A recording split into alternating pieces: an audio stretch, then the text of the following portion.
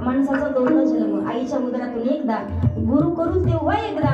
संत महात्मे उपदेश करतात, बाबा रे योग्य वेळेमध्ये तरुणा भाग्यवंत नटे हरी कीर्तनात म्हणून सांगितले, तरुण हात तरुण जाण्यास योग्य आहे. जोपर्यंत आहोत तरुण तोपर्यंत घ्या परमार्थ करून, नाही तर जाताल मरून, लोक टाकतील तुम्हाला. म्हणून परमार्थ करायचा का अगोदरच सांगितलंय.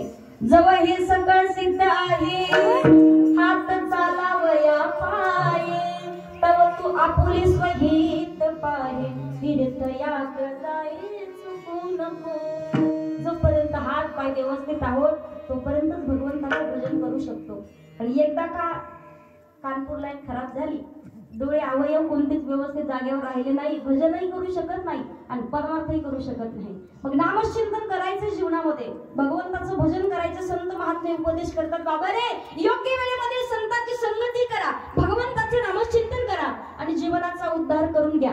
संतांचं चरित्र जर आपण पाहिलं, प्रत्येक संतांकडून आपल्याला शिकण्यासारखा घेण्यासारखा बोध आहे. पहा माऊली ज्ञानोबांचं चरित्र पहा, ज्ञानदान करण्याचं कार्य केलंय. इथं अजिबात वयाची गरज नाही. तुमचं किती वय विचारत नाही कोणी, तुमच्याकडे किती ज्ञान आहे याला विचारतात. सध्या वाटत असेल काही काही कीर्तन करायला लोक आमच्या पाया पडतात, आमच्या नाही पाया पडत कोणी. आमच्यातलं जर ज्ञान बाजूला काढलं तर आम्हाला शून्य किंमत आहे. पहा किंमत भेटत नाही माणसाला.